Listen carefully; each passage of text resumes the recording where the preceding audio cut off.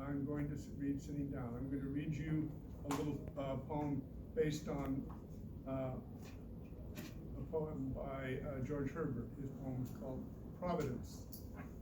One of the things that happened to me when I retired was I wasn't able to see anymore, except with my reading glasses on. Providence by George Herbert, wonderful. It's about, you can imagine, Herbert being the good Christian he was. It's about the way the creation is made for and offers itself to mankind. And in that creation, his providence, he says, the beasts say, eat me. The trees say, pull me. The virus says, breed me. The head says, cradle me. The cancer says, braid me. The heart says, ladle me. The star says, wish on me. The ocean says, plumb me. The moon says, wash me. The plum says, preserve me.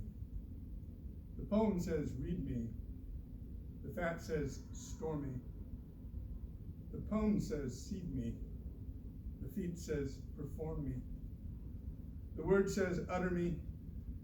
The menace says, fear me. The udder says, milk me. The fair says, pay me. The past says, remember me. The sky says, cloud me. The post says, hang from me. The air says, clear me. The soul says, save me. And soul says, only me.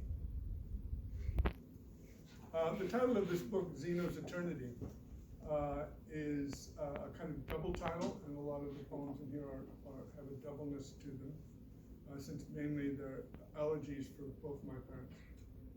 But there are two Zenos. One, the maker of paradoxes, which we may remember, the philosophy classic.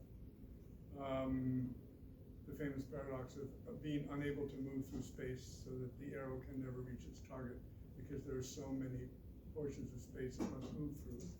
There's that Zeno. And then there's Zeno the Stoic, who lived about 100 years after that Zeno.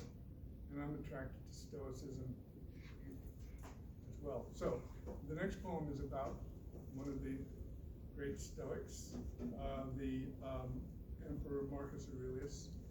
And this poem I wrote in December 2016. We were home for Christmas in Los Angeles with my wife, Erica, and thinking about the recent election. This is with Marcus Aurelius in Los Angeles.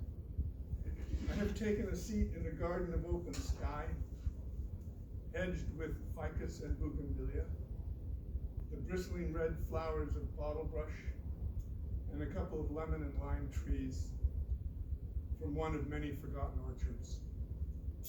The December sunlight, mellow and gaudy, leaning west is slanting in like truth, pushing the winter chill into the shadows. And the truth is I am sitting nearly paralyzed in an aftermath of despair, having returned to the place I think of as home and expecting the end of the world, my life, our country's life, as I scratch words into the notebook on my lap, where I also balance the book you called to myself.